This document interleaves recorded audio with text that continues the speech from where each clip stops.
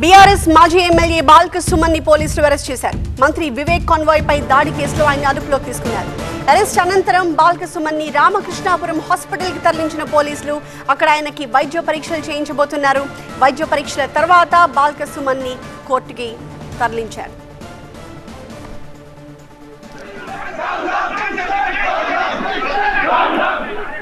అంతకుముందు బాల్క సుమన్ ని అరెస్ట్ చేయడానికి వచ్చిన పోలీసుల్ని బీఆర్ఎస్ కార్యకర్తలు అడ్డుకోవడంతో ఉద్రిక్తతకు దారితీసింది. పోలీస్ బలగాలను కార్యకర్తలు అడ్డుకోవడంతో పోలీసులు వారిపై లాఠీ చార్జ్ చేశారు.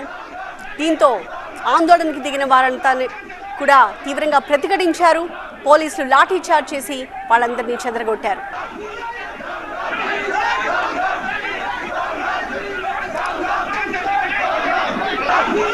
తమపై దాడులు చేసి తిరిగి తమపైనే కేసులు పెట్టారని ఆరోపించారు బాల్క సుమన్. క్యాతన్పల్లిలో పరిస్థితులను ప్రజలంతా గమనిస్తున్నారు అన్నారు. వివేక్ కి కలెక్టర్ అధికారులు తొత్తులుగా మారిపోయారని ఆరోపించారు. తమ కార్యకర్తలపైనే కాంగ్రెస్ వాళ్లు రాళ్లు విసిరారని ఆరోపించారు. మమ్మల్ని ఓని అయినటువంటి పోలీసు వాళ్ళు మంత్రి గారి కాన్వాయ్ 4-5 కార్లను వాళ్ళు పోనిచ్చే ప్రయత్నం చేస్తే అక్కడ మా కార్యకర్తలు మమ్మల్ని ఓనియరు వాళ్ళని ఇట్లా ఓనిస్తారంటే అక్కడ మా మీద లాఠీ చార్జ్ చేసింది పోలీసు వాళ్ళు. అటువైపు నుండి రాళ్ళు విసిరింది కాంగ్రెస్ వాళ్ళు. రాళ్ళు విసరడమే కాకుండా మా మూలరాజిరెడ్డి గారు జడ్పీ మాజీ వైస్ చైర్మన్ కారు ధ్వంసం చేశారు. నేను మీ టీవీలలో వివేక్ కాన్వాయ్లోని కారు ధ్వంసం, అది వివేక్ కాన్వాయ్ కారు కాదు, మా మూలరాజిరెడ్డి గారి కారు ధ్వంసమైంది. కానీ తీరా చూస్తే కేసులు ఎవరి మీద అయినాయి?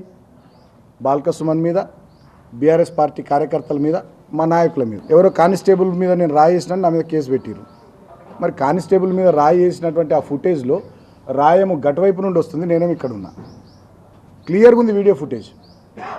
అంటే సిగ్గులేని దద్దమ్మల్లాగా మారినటువంటి కొంతమంది పోలీసులు ఇవాళ ముఖ్యంగా ఈ మంత్రికి ఊడిగం చేస్తూ వివేక్ మా మీద అక్రమంగా కేసులు పెట్టారు. సరే, మేము కేసులకు భయపడం. ప్రజలందరికీ తెలుసు బాల్క సుమన్ బయట ఉంటే ఈ కౌన్సిల్ వీళ్ళు గెలుస్తారు. బాల్క సుమన్ ఎట్లనే చేసి జైలుకు పంపించాలి. ఇళ్ళకెళ్ళి 14 మందిలోకి వెళ్ళి కొంతమందిని గుంజుకునేటటువంటి ప్రయత్నం చేసి, ప్రలోభ పెట్టే ప్రయత్నం చేసి, లేకపోతే బెదిరించి ఎలాగైనా ఈ కౌన్సిల్ చేజిక్కించుకోవాలనేటటువంటి కుట్ర తప్ప ఇంకోటి కాదు.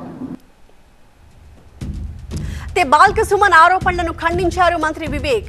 బీఆర్ఎస్ హయాంలో ఏం జరిగిందో మర్చిపోయారా అని ప్రశ్నించారు. బాల్క సుమన్ డ్రామా క్రియేట్ చేశారని విమర్శించారు. ఎవరు ఆపుతున్నారండి? మీటింగ్ కానివ్వండి, ఎలక్ట్ చేసుకోండి. మేము ఎక్కడ అపోజ్ చేయలేదు కదా, మేము ఇక్కడ ఏం చెప్పలేదు కూడా. వారే ఒకసారేమో రాలేదు టైంలో, ఇంకోసారి గొడవ వాళ్ళే పెట్టుకున్నాను. వాళ్ళు స్మూత్గా యాక్చువల్లీ మేము పోయింది నిన్న ఎలక్షన్ కోసమే పోయినాము, కానీ వాళ్ళు గొడవ పెట్టుకొని వాళ్ళే చేసుకొని వారు ఈరోజు కాంగ్రెస్ పార్టీ పైన మా పైన ఏదైతే చేస్తున్నారో వారే ఆలోచించుకోవాలి. ఎందుకు గొడవ నా మీద ఎందుకు రాలేయాలి? మా కారు మీదే మా కార్యకర్తలు ఏమనలేదు, వాళ్ళే ఉన్నారు అక్కడ. ఎక్కడైతే పోలీస్ బ్యారికేడ్ ఉండేనో వాళ్ళే ఉన్నారు.